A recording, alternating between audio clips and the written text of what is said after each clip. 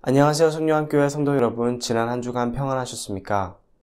하나님의 사랑과 놀라우신 은혜가 대면으로 그리고 온라인으로 예배드리는 모든 분들께 함께 하시길 기도합니다.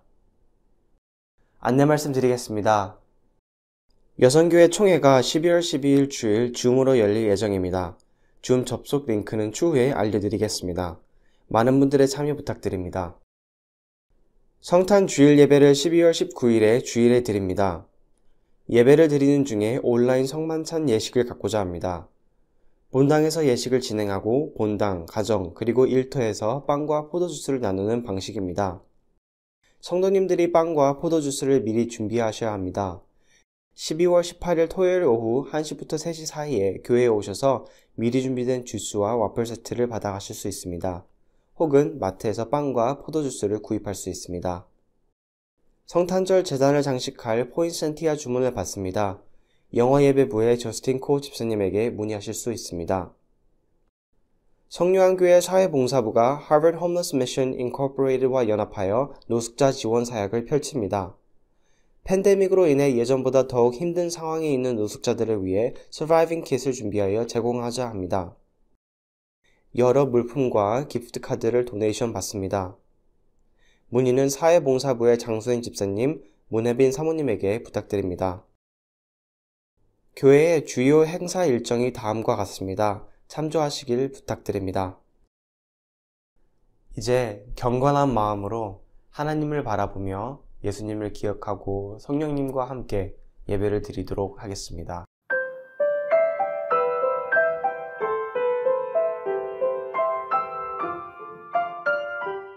내 영혼아 여호와를 송축하라.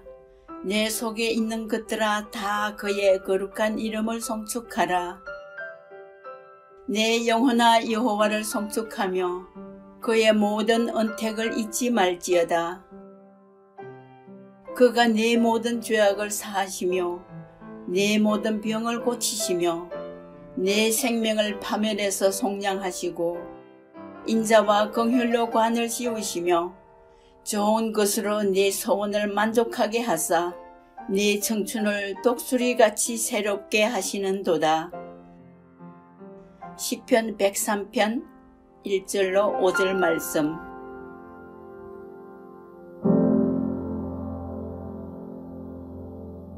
사도신경으로 신앙 고백하시겠습니다.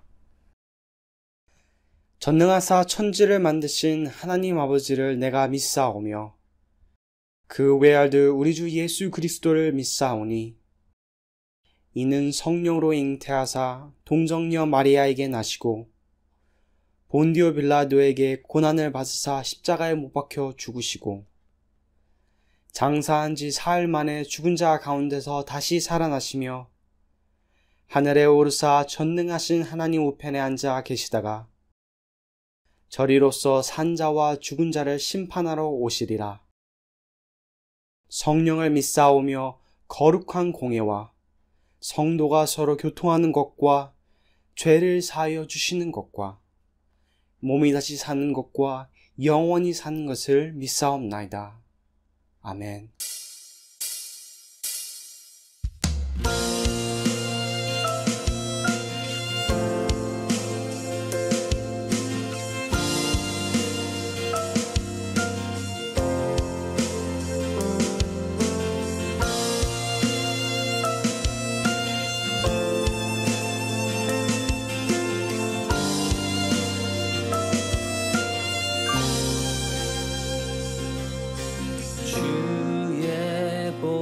좌로 나갈 때에 어떻게 나가야 할까? 나를 구원한 주의 십자가 그것을 믿으며 가네.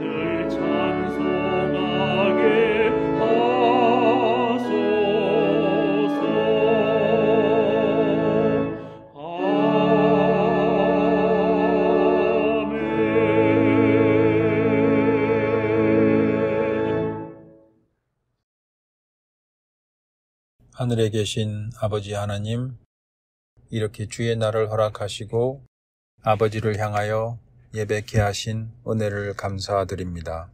죽을 수밖에 없는 피조물의 운명이지만 예수님의 거룩한 피로 사함받고 영생을 주신 아버지 하나님께 감사와 영광을 드립니다. 매주, 아니 매일매일 저희는 영생의 희망을 가진 자로 하늘을 바라보고 웃을 수 있는 행복을 주신 것을 감사합니다.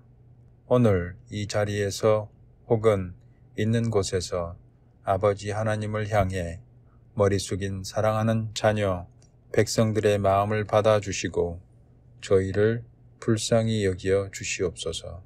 그들의 상황과 여건에 따라 고하는 기도들을 헤아려 주시고 아버지의 축복을 내려 주시옵소서.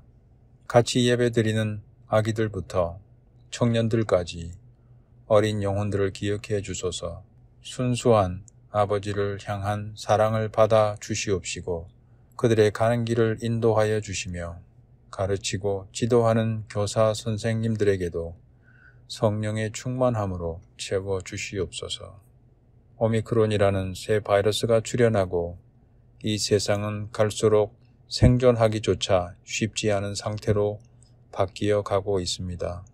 인간의 과학과 지식으로 발전과 첨단이라는 이름으로 편리함을 추구하지만 전능하신 아버지 앞에 우리는 얼마나 나약한 피조물인가 매일매일 느끼며 살아가고 있습니다. 이 코비드 바이러스가 잘 정복되고 많은 아프고 고통받는 자들이 회복의 기적을 체험할 수 있도록 은혜를 내려 주시옵소서.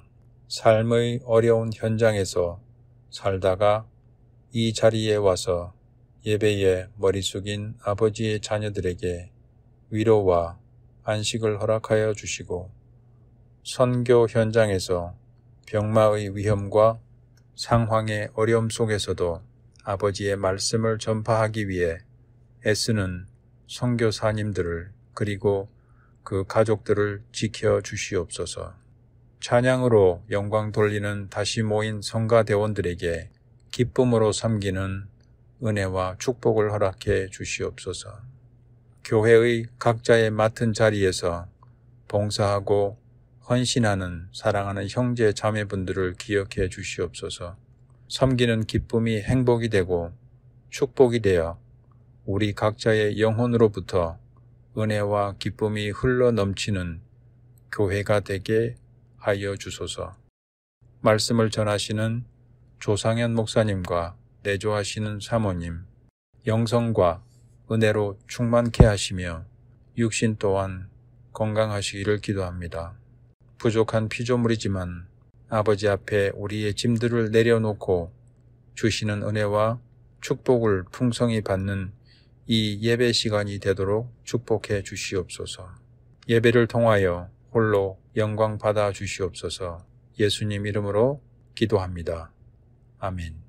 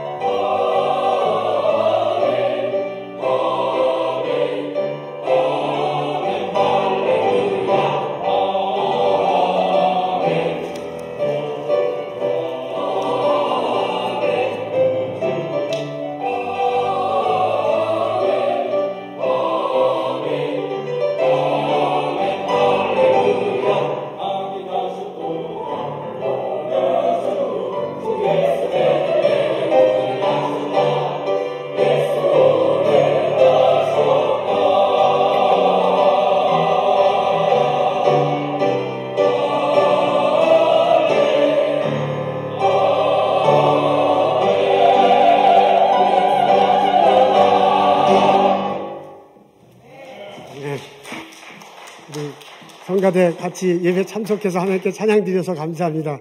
그리고 요즘 시편 낭독하는데 우리 권사님들이 애써서 힘써서 참석해 주셔서 감사해요. 참석하신 분 감사하고 앞으로 참석하신 분들 모두 감사합니다.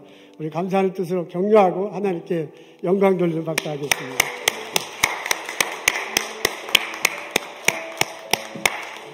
여러분 오늘 교회에서 뵙게 돼서 반갑습니다. 그리고 온라인으로 참석한 여러분 또한 환영합니다. 이 시간에 잠깐 일어나셔서 인사하면 좋겠어요.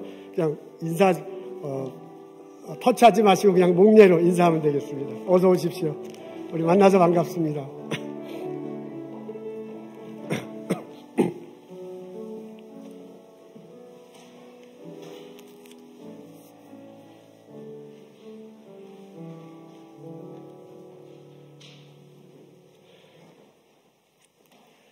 오늘 저희 들을 말씀은 마태복음 1장에 있는 말씀입니다. 18절부터 25절입니다. 예수 그리스도의 나심은 이러하니라. 그의 어머니 마리아가 요셉과 약혼하고 동거하기 전에 성령으로 잉태된 것이 나타났더니 그의 남편 요셉은 의로운 사람이라 그를 드러내지 아니하고 가만히 끊고자 하여 이 일을 생각할 때에 주의 사자가 현명하여 이르되 다윗의 자손 요셉아 내 아내 마리아 데려오기를 무서워하지 말라. 그에게 잉태된 자는 성령으로 된 것이라. 아들을 낳으리니 이름을 예수라 하라. 이는 그가 자기 백성을 그들의 죄에서 구원할 자이심을 하니라. 이 모든 일이 된 것은 주께서 선지자로 하신 말씀을 이루려 하심이니 이르시되 보라 처녀가 잉태하여 아들을 낳을 것이요 그의 이름은 임마누엘이라 하라 하셨으니 이를 번역한즉 하나님이 우리와 함께 계시답니다. 요셉이 잠에서 깨어 일어나 주의 사자의 분부대로 행하여 그의 아내를 데려왔으나 아들을 낳기까지 동침하지 아니하더니 나음의 이름을 예수라 하니라. 아멘.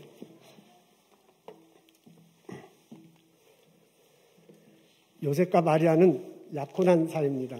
동거하기 전에 아내 될 사람으로부터 이상한 소리를 들어요. 임신했다고 합니다. 말도 안 되는 소리예요. 요즘 시대에도 그런데 그 당시 이스라엘 나사렛은 깡촌이거든요. 그 깡촌에 사는 사람에게 이런 일이 벌어졌다니 받아들이기 참 쉽지 않습니다. 그냥 조용히 끝내는 것이 좋을 듯합니다. 그래서 이런 고민하고 저런 고민하다가 그렇게 하고자 한 생각을 합니다. 어느 날 밤 그 요셉이 이런 생각 저런 생각으로 뒤지락 덧치락 하면서 잠을 자고 있었습니다. 주님의 사자가 나타났네요. 그리고 요셉에게 말합니다. 너의 아내 될 사람 마리아를 데려오는 것을 두려워하지 말아라. 성령으로 잉태했다. 아들을 낳을 것이다. 처녀가 잉태하여 아들을 낳게 될 것이라는 예언이 바로 이루어지는 것이다. 그 아들 이름을 예수라 하라 그러네요. 그 예수님이 백성들을 위해서 죄에서 구원할 것이다. 임마누엘이라고도 하라 라고 그렇게 말해줍니다. 그 예수님을 통해서 하나님이 함께하면서 계속 있을 것이라 라고 얘기해줘요. 이것을 꿈속에서 듣습니다. 그러고 난 다음에 일어났어요. 일어나서 요셉이 어떻게 했는지 24절에 나옵니다. 우리 다 같이 읽겠습니다. 시작. 요셉이 잠에서 깨어 일어나 주의 사자의 분부대로 행하여 그의 아내를 데려왔으나 그랬습니다. 요셉이 잠에서 깨어서 일어난 다음에 한 것이 뭐냐면 아내 될 사람 마리아가 있는 곳에 갔어요. 그리고 거기서 아내를 데리고 왔습니다. 즉시 아내 집이 있는 곳에 가서서 주저앉고 데려왔습니다. 사실 주의 사자를 만나기 전에는 이런저런 고민이 많았거든요. 이걸 끝내려고 했거든요. 근데 주의 사자를 만나고 난 다음에 마음이 변했어요. 그래서 즉시 아내를 데리고 와서 함께 동거하기 시작합니다. 우리에게 익숙한 이 말씀은 우리는 이 이야기에 아주 상당히 익숙합니다. 어렸을 때부터 교회 다니는 사람들은 수천 번, 수만 번도 더 들었습니다. 그래서 그러려니 하는 생각을 참 많이 갖게 됩니다. 근데 저는 이런 사건 속에 있는 요셉에게 질문을 한번 던져보았습니다. 사실 여기서 주의 사자가 요셉에게 한 말은 한번 듣고 얼른 받아듣기에는 참 쉽지 않은 내용입니다. 처녀가 임신을 했다. 이것을 쉽게 받아들이기는 참 어렵습니다. 성령의 역사가 있었다라고 말하는데요. 그때 당시 구약을 익숙한 사람들에게는 성령이라는 개념이 그 성령께서 역사하신다는 것을 익히 듣고 받아들이기가 참 쉬운 것이 아닙니다. 아들이 태어날 건데 그 아들을 예수라고 그러고요. 그 아들을 통해서 백성들을 구원하는 일을 그 예수가 할 거예요. 자기 아들이 할 거래요. 그러면 그것은요, 자신의 입장에서 생각해 보세요. 우리가 그냥 전에 듣기로 요셉은 목수 집안이었다고 생각하는데요. 그 나사렛 깡촌에서 하루하루 살기가 참 힘든 그런 상황에서 살아가는 사람이거든요. 그런 사람이 주의 백성의 죄까지 담당한다는 남의 일까지 신경 쓰면서 아들이 살게 될 거라는데 사실 그런 큰 포부를 갖는다는 얘기인데 그걸 받아들이기는 참 쉽지 않습니다. 임마누엘의 하나님이다. 하나님이 예수님을 통해서 나의 아들을 통해서 우리와 함께 계심을 보여주실 거라거든요. 근데 그동안 하나님은 잘 안 보였어요. 하나님 모르고 눈으로 보지 못하고 살았는데 아니 느닷없이 아들이 태어나고 그 아들을 통해서 하나님의 함께 하심을 볼 수 있다는 얘기인데요. 이런 식으로 따져보면 그 말을 받아들이기는 참 쉽지 않습니다. 그런데 요셉이 주의 사제 이 말을 듣고 바로 실행에 옮겼습니다. 이 말을 듣고 바로 실행에 옮겼다는 얘기는 요셉이 주의 사자가 한 말을 믿었다는 얘기입니다. 믿었기 때문에 그렇게 행동하는 것입니다. 우리는 이 이야기가 상당히 익숙해요. 어렸을 때부터 계속 들었으니까 그러려니 합니다. 우리는 이 이야기, 우리는 추측하기에 그냥 하기에 요셉이 그래도 육신의 아버지인데 이 정도 믿음은 있어야지 하는 생각으로 요셉을 바라보기 때문에 우리는 그냥 쉽게 넘어갑니다. 근데 그게 아니라 요셉을 그런 눈으로 보는 것이 아니라 한 인간으로 요셉을 보는 거예요. 요셉을요, 이제 결혼을 앞둔 한 인간 신랑으로 받아들인다면 그 말을 듣고 그것을 본다면 그 말을 듣고 받아들이기는 참 쉽지 않습니다. 내가 만약 그런 입장이라고 생각해 보세요. 내가 바로 결혼할 사람인데 그런 일이 벌어졌다고 생각해 보세요. 그것은 쉽게 받아들이기가 어렵습니다. 그런데 그럼에도 불구하고 요셉은 주의 사자의 말을 단번에 다 그냥 들어봤고요. 그래서 듣고 그냥 실행에 온 거거든요. 다른 말로 얘기하면 주의 사자의 말을 그냥 믿고 그냥 이렇게 행동한 거거든요. 어떻게 그런 일이 벌어질 수 있는가 하는 질문을 해봅니다. 이런 질문을 스스로 하고요. 이렇게 저렇게 고민하다가 떠오르는 말씀이 있습니다. 바울이 전해준 말씀입니다. 에베소서 2장 8절에 있는 말씀입니다. 우리 앞에 있는데 다 같이 한 목소리를 읽겠습니다. 시작. 너희는 그 은혜에 의하여 믿음으로 말미암아 구원을 받았나니 이것은 너희에게도 한 것이 아니요 하나님의 선물이라. 네, 구원을 받았는데 믿음을 통해서 구원을 받는데 그게 하나님의 선물이래요. 우리 다시 한번 읽죠. 이게 아주 우리 다 되게 암송하는 말씀이지만 다시 한번 새기면서 읽겠습니다. 시작. 너희는 그 은혜에 의하여 믿음으로 말미암아 구원을 받았나니 이것은 너희에게서 난 것이 아니요 하나님의 선물이라.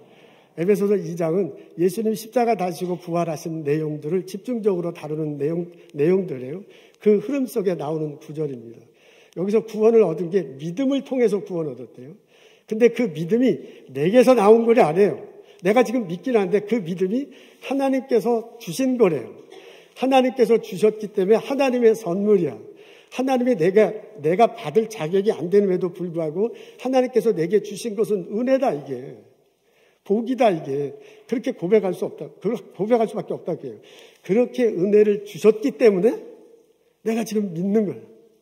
그렇기 때문에 예수 믿는 제자로 살아가고요. 주일날 이렇게 예배 참석하고 교회를 향해서 예배를 드리는 거예요. 이게 하나님의 은혜다라고 말합니다.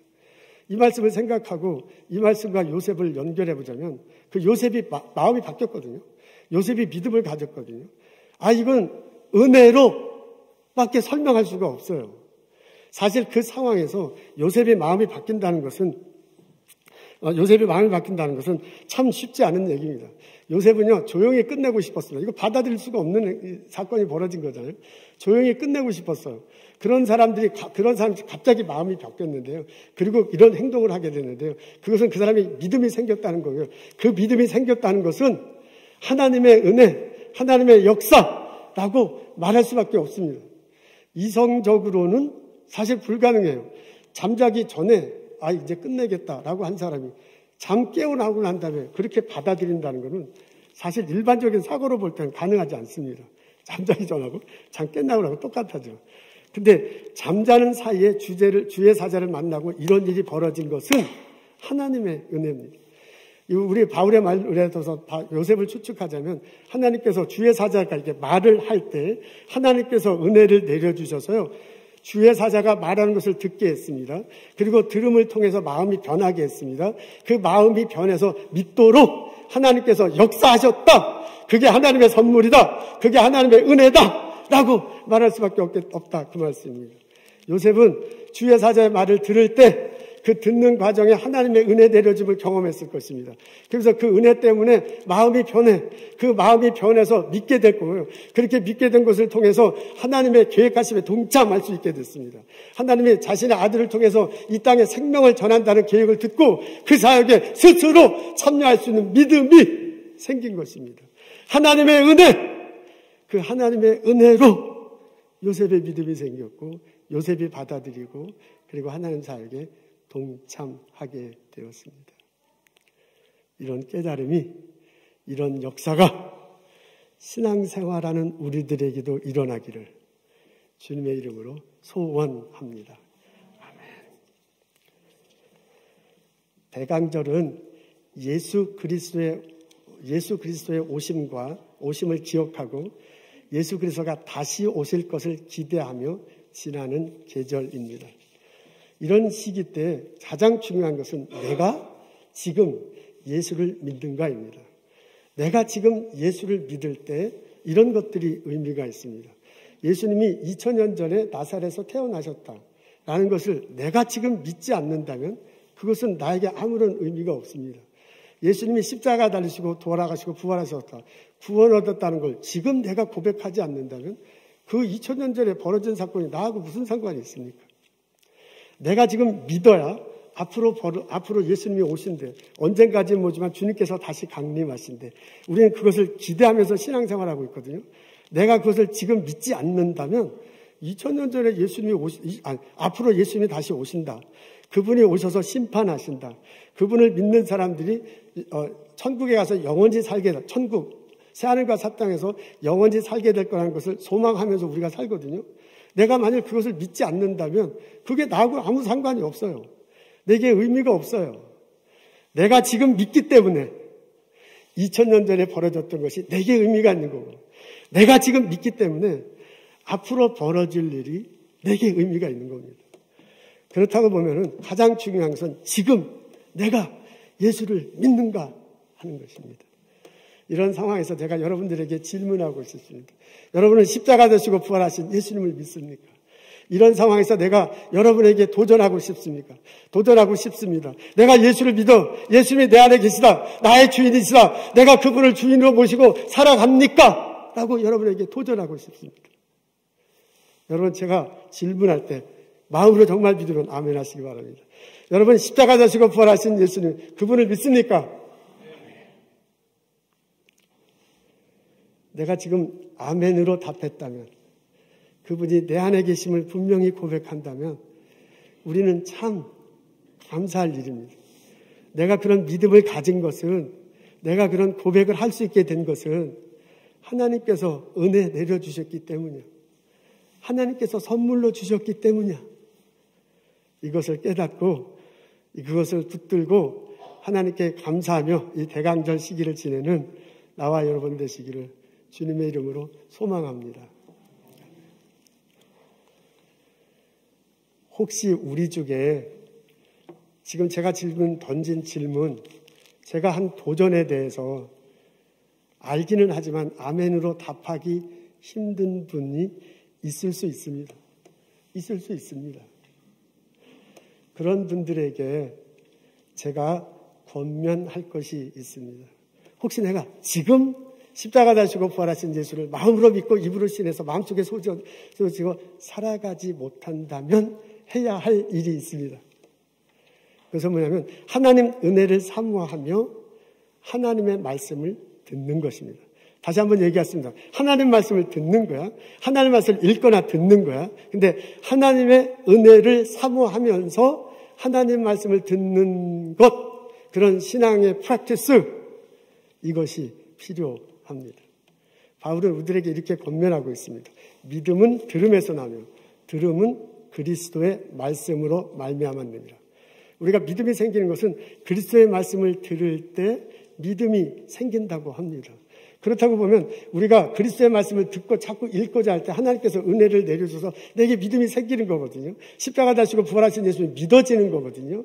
그것을 기대하고 그것을 사모하면서 말씀을 읽을 수 있습니다. 오늘 마태복음 1장에 나오는 것도 요셉도 바울은 말을 표현한 것은 나중에 얘기지만 요셉도 그런 식으로 받아들인 겁니다. 결국 꿈에서 주의 사자를 만나고 주의 사자가 한 말을 들은 거거든요. 근데 그 주의 사자가 한 말이 오늘날 성경에 나와 있는 것들이에요. 그렇죠? 나와 있는 것들이라. 그 네 가지가 다 성경에 나와 있는 것들인데 그것을 주의 사자가 말할 때 들었다는 거거든요. 그 들을 때, 꿈속에서 들을 때 하나님께서 은혜로 함께 하셔서 마음이 변하게 되고 그 마음이 변하면서 믿게 되는 역사가 있었습니다. 그렇다고 보면 요셉에게서 그런 일들이 벌어졌다면, 그리고 바울이 들으면서 믿음이 생긴다고 그렇게 우리에게 알려준다면 우리가 할 일도 바로 그것입니다. 내가 대강절을 맞이해서 예수 오심을 기억하고 그리고 예수 오실 것을 기대하며 살아가는 이 점에 내가 정말 마음속에 예수님이 한다면 내가 할 일이 바로 그거예요.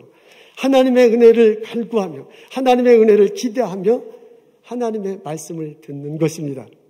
이런 과정 속에, 이런 결과 속에 내가 예수를 그리스도로 고백하게 될 줄로 믿습니다. 이런 역사가 우리 신앙인 모두에게 일어나기를 주님의 이름으로 기도합니다. 여러분, 우리 마음속에는 스토리를 들을 때 변화가 생깁니다.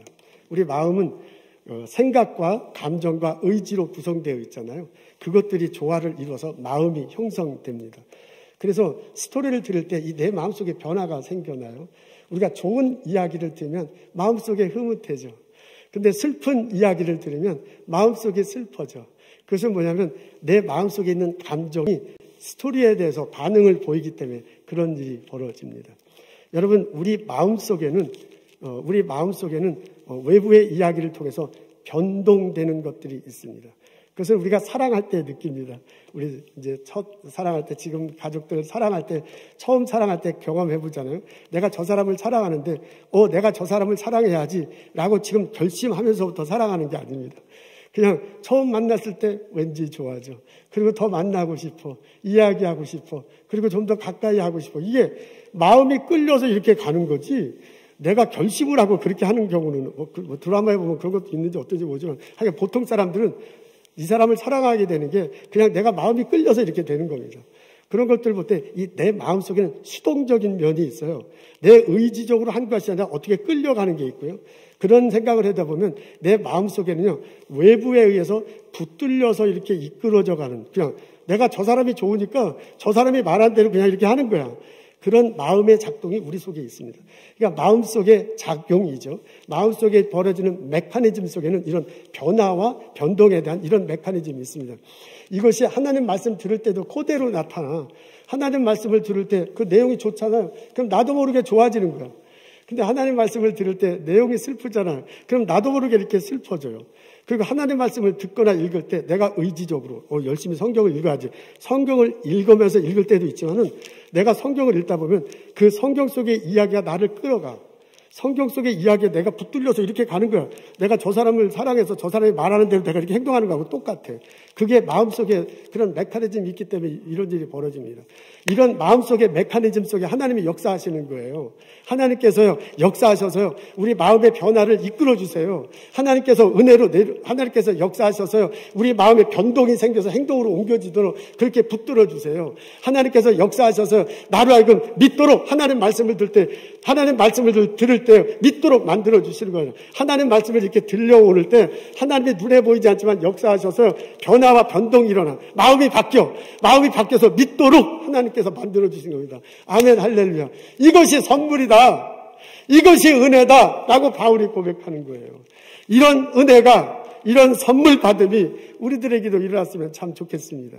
그동안 내가 확실하게 예수님을 고백하지 못했을지라도 이제 대강절을 맞이해서 하나님 말씀을, 은혜를 사모하면서 들을 때 하나님께서 역사하셔서 내 마음을 변화시켜 주시고 내 마음을 변동시켜 주셔서 믿도록 만들어주는 역사가 일어나길 소원합니다. 이런 일들이 우리들 모두에게 일어났기를 주님의 이름으로 축원합니다. 아멘. 여러분 생각해 보면 내가 예수님을 믿는 건 기적입니다. 내 마음속에 이렇게 기적이 일어나는 거는요, 하나님의 은혜가 아니고서는 설명할 수가 없어요. 여러분 요셉이 처녀가 잉태한 것을 믿었다는 얘기는 그걸 좀 넓혀서 얘기하면 내가 창조를 믿는다는 거예요. 이 세상 아무것도 없는데 하나님이 창조하셨다. 그걸 어떻게 믿어요? 그걸 내가 지금 믿는다는 거 아니에요? 요셉이 성령의 역사를 믿었다는 얘기는 내가 예수를 그리스도로 고백했을 때 예수님이 성령의 모습으로 내 안에 들으셔서 나를 이끌어 가신다는 것을 고백하는 거거든요. 아니 성령이 어디 있어, 성령이. 근데 그 성령이 내 안에 오셔서 이끌어 간다고 내가 지금 고백하면서 신앙생활하고, 그래서 지금 이 자리에 참조하고 있잖아요. 요셉이 죄의 사함을 얻는다라는 걸 믿었다는 얘기는 내가 십자가 다시고 부활하신 예수를 믿음으로써 내가 구원받았다라는 것을 고백한다는 거거든요. 2000년 전에 죽은 사람이 나하고 무슨 상관이 있어요. 근데 그걸 내가 지금 믿는다는 거예요. 여러분 요셉이 임마누엘의 하나님을 믿는다는 얘기는 내가 예수를 믿을 때 하나님이 성령으로 나와 함께 하셔서 나의 삶에 대한 계획하심이 있고 인도하심이 있다. 내가 그 하나님을 붙들고 내가 그 하나님에 붙들려서 산다는 것을 고백한다는 거 아니에요. 그래서 이 자리에 나와 있고 그래서 우리가 온라인으로 예배를 참석하는 거예요. 어떻게 내가 이런 믿음을 가질 수 있어요? 내가 믿음을 가진 건 기적입니다. 여러분 그 기적이 어떻게 해서 일어납니까? 내가 의지적으로 한 것도 있죠. 부모님에게 가르침 배운 것도 있죠. 어렸을 때부터 교회 다녀서 이렇게 익숙해지면서 이렇게 된 것도 있죠. 그런 것도 있어. 없다는 건 아니야. 근데 결정적으로 내가 이렇게 뒤돌아 이렇게 보면 하나님의 은혜를 내려주셨어. 하나님이 강권적으로 역사하셨어. 내가 말씀을 들을 때, 내가 말씀을 읽을 때 하나님이 은혜 주셔서 마음을 변화시켜. 마음의 변화가 일어나고 마음의 변동이 일어나고 믿어지게 만들어 주셔서 믿게 됐음을 고백할 수 있습니다. 내가 예수님을 믿은 건 기적입니다. 내가 예수를 믿은 건 하나님의 은혜입니다. 이것을 깨닫고 이것을 고백하고 하나님께 감사하며 대강절 예배를 드리는 나와 여러분 되시기를 주님의 이름으로 축원합니다. 아멘. 임마누엘의 하나님이 내가 예수님을 고백할 때 나와 함께 하셔서 나의 앞길을 붙들어 주시고 나로 하여금 새 생명 일어나도록 만들어 주시고 나로 하여금 하나님 영광 받도록 하는 사역에 써 주실 줄로 믿습니다. 그래서 인생이 행복하고 그래서 하나님 예수님 말씀대로 살아가는 것이 행복한 나와 여러분 되시기를 주님의 이름으로 축원합니다. 아멘. 장순흥 씨라는 분이 있습니다. 이분이 한동대학교 총장이시네요. 서울공대에서 공부했고 MIT에서 졸업을 했습니다. 원자력 공학자라고 하네요. 이분이 보스턴에 있을 땐 보스턴 한인교회 다녔대요. 거기서 청년부 활동을 아주 열심히 했다고 합니다. 귀국해서 카이스트에서 가르치다가 한동대학교 지금 총장 하십니다. 내년도에 은퇴하신다고 하네요. 이분이 지난 11월 28일 날 크리스천 리더십 포럼에서 강연을 했습니다. 나는 왜 창조를 믿는가? 나는 왜 구원을 믿는가? 라는 주제였습니다. 그분이 말하기로는 과학자로서의 삶의 경험을 통해 성경이 진실하다고 믿게 됐다. 이렇게 말하고요.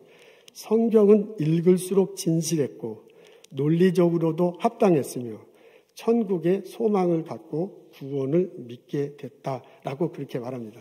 근데 이제 이분의 강연을 들어보면 두 가지예요. 하나는 뭐냐면 자기가 과학자로서 아무리 연구해도 한계가 있어. 이건 신의 영역이다. 신이 창조하지 않으면 이런 일이 벌어질 수 없다. 그렇게 이제 자기가 고백하게 되고요. 성경을 자꾸 읽을 때, 성경의 말씀을 들을 때 그 자신의 한계가 해결되는 것을 경험합니다. 그러면서 이제 성경에 있는 내용이 합리적이다라고 그렇게 고백하고 있습니다. 본인이 과학자인데 어떻게 성경에 나와 있는 창조 이야기를 듣게 됐는지 설명하는 대목이 있습니다. 한번 보도록 하겠습니다. 근데 이제 두 번째는 이제 진화론자들은 뭐냐면 특히 무신론적 진화론자는 물질에서 저절로 이유도 없이 생물이 만들어질 수 있다. 세포가 그래서 되게 진화론에서 뭐냐면 우연히 최초의 세포가 만들어졌다는 겁니다. 최초의 세포가. 그 세포로부터 모든 게 다 진화가 돼서 정말 인간까지 진화가 됐다는 건데 근데 그 최초의 세포도 우연히 이유 없이 이유가 있어야 되는데 생명체를 이루고 있는 그 어떤 맨 처음에 아미노산이 있고요. 그다음에 거기 단백질이 있고 단백질이 또 합쳐서 이 세포를 만드는데 근데 이걸 뭐 여러 가지 확률이 나오는데요. 이런 확률은 간단한 세포 하나가 스스로 만들어줄 확률은 10의 500분의 1이다. 뭐 실제 0이란 얘기죠. 근데 진짜 여러분들 알다시피 이 세포는 굉장히 아주 복잡한 시스템입니다. 저는 여러분들이 우리가 세포 하나만 보면요. 예를 들어서 저도 이제 원자력을 할 때는 세포에 하고 방사선, 뭐 암을 일어나는 메커니즘을 이렇게 연구해 보면은 세포가 뭐 좀 잘못됐다 그러면요 스스로 고치는 능력이 있습니다. 만약 스스로 고치지를 못하면은 죽어요, 그냥. 그리고 예를 들어서 그게 스스로 고치거나 자살하지 않으면 이게 암이 되는 겁니다. 근데 암이 커지면 사람이 죽는 거죠. 그래서 이게 절대로 잘못된 세포가 다음 세대에 넘어가지 못하게끔 되어 있습니다. 그래서 저는 이 세포가 너무 복잡한데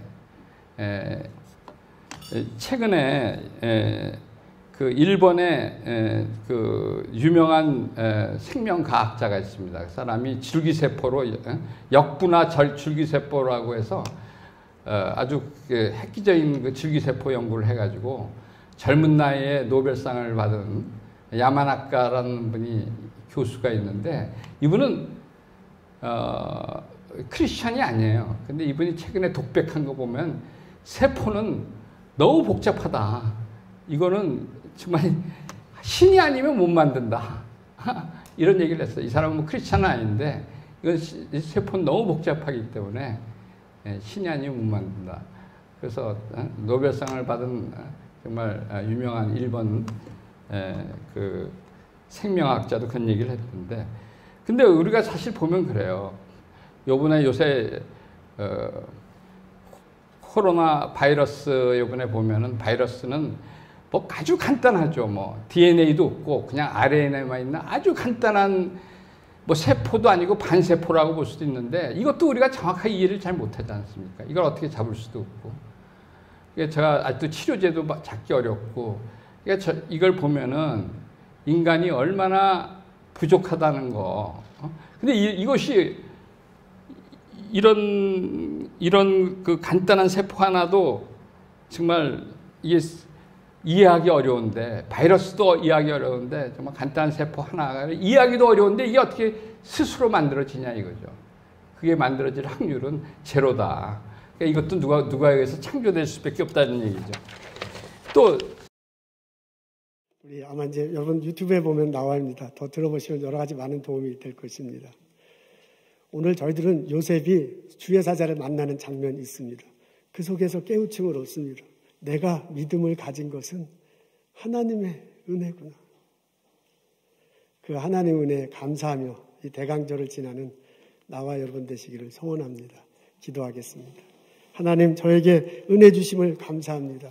십자가 다시고 부활하신 예수님을 마음으로 믿고 구원을 고백할 수 있도록 붙들어 주셔서 감사합니다. 예수님 다시 오실 것이다.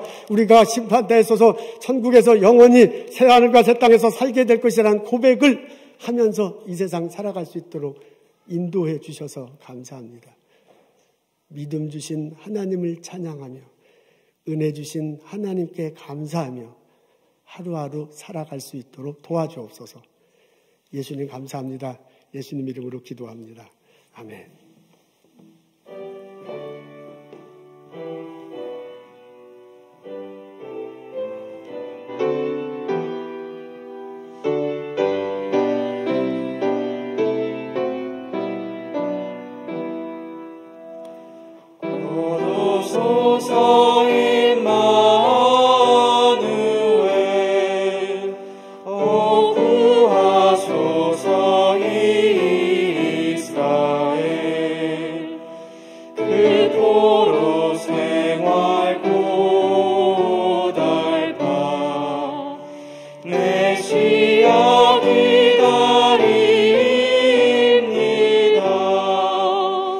기뻐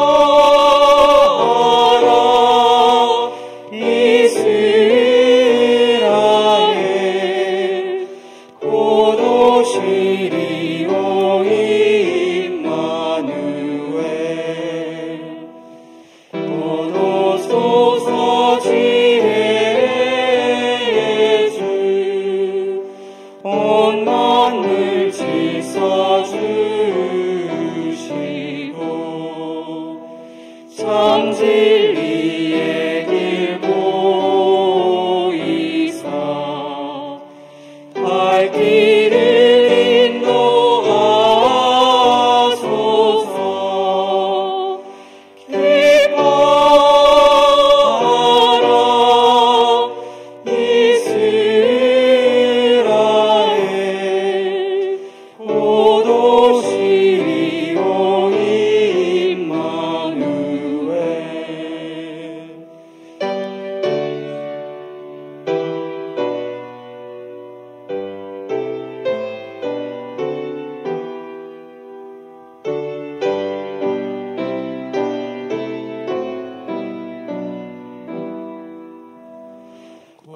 고도소서 소망의 주 만백성 한마음이 이루어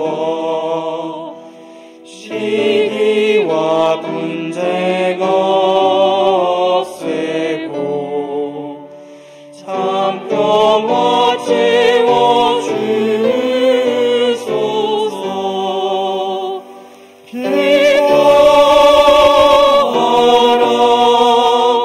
이스라엘 고도시리오 임마누엘.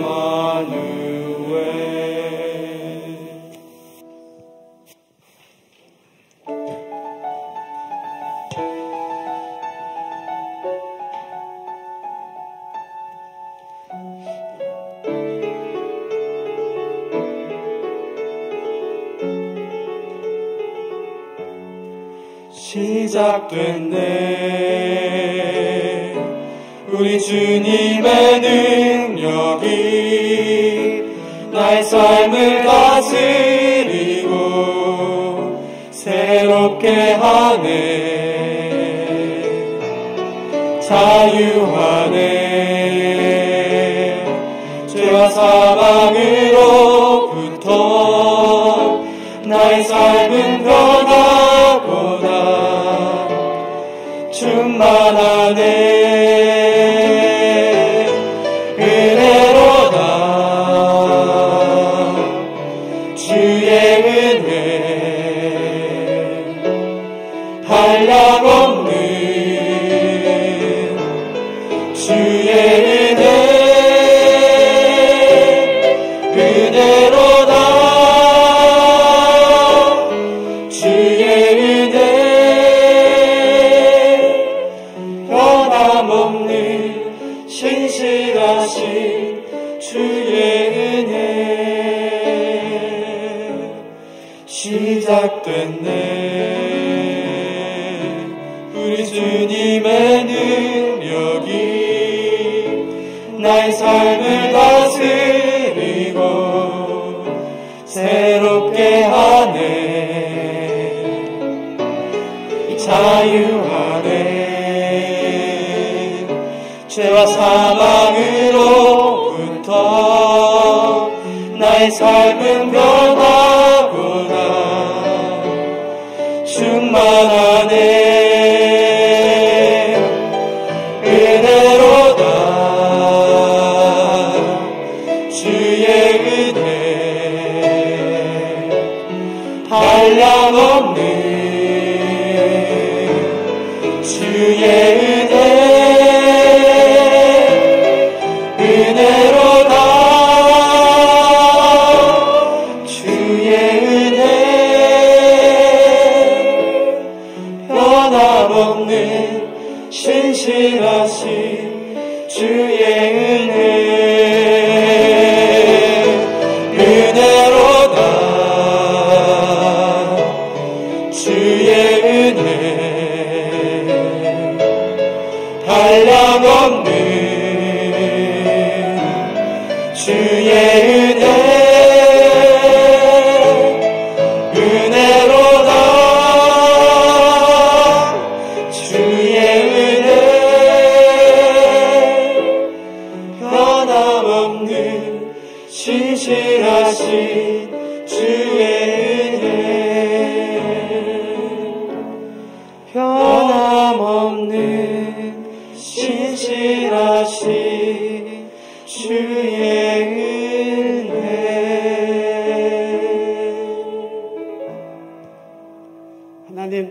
아침에 일어나서 하루하루를 살고 있습니다. 학교에 가고 일터에 가고 가족들과 더불어 이웃들과 더불어 살아갈 수 있습니다. 이 모든 것이 하나님께서 허락하신 것이고 하나님께 은혜 주신 것임을 기억하고 감사드립니다. 하나님 십자가에 달시고 부활하신 예수님을 고백하고 주일날 거룩하게 구별하여 교회당에 나와서 교회를 향하여 예배 드립니다. 이 모든 것이 하나님께서 믿음 주신 것임을 고백하고 은혜임을 고백하고 하나님께 감사드립니다. 하나님, 저희들 자녀를 주어서 우리가 가정을 이루고 건강하게 살아가고 공부할 수 있고 장성해서 자기의 일터에서 열심히 살아가며 이 땅에 공헌하며 그리스도를 드러나게 하게 하심을 감사합니다. 이것이 하나님께서 허락하신 것이요 하나님께서 은혜 주신 것임을 기억하고 하나님께 감사드립니다. 하나님, 이 시간 주께서 주신 많은 하나님께서 주신 은혜 기억하며 거룩하게 구별하여 예물 드립니다. 저희들의 예물을 흠양하여 주시옵소서. 이 예물과 우리 예배를 받아주시고 하나님께서 기쁘게 우리에게 임하셔서 축복으로 은총으로 더하여 주시옵소서. 성부, 성자, 성령의 은혜와 축복과 보살핌이 오늘 예배를 드리는 우리 같은 건물에서 영어 예배를 드리는 영어 예배부와 중고등부 학생들, 초등부 학생들, 교회를 향해서 예배드리는 가정에 있는 우리들 모두들 위해 지금부터 영원토록 함께 하시기를 간절히 축원하옵나이다. 아멘.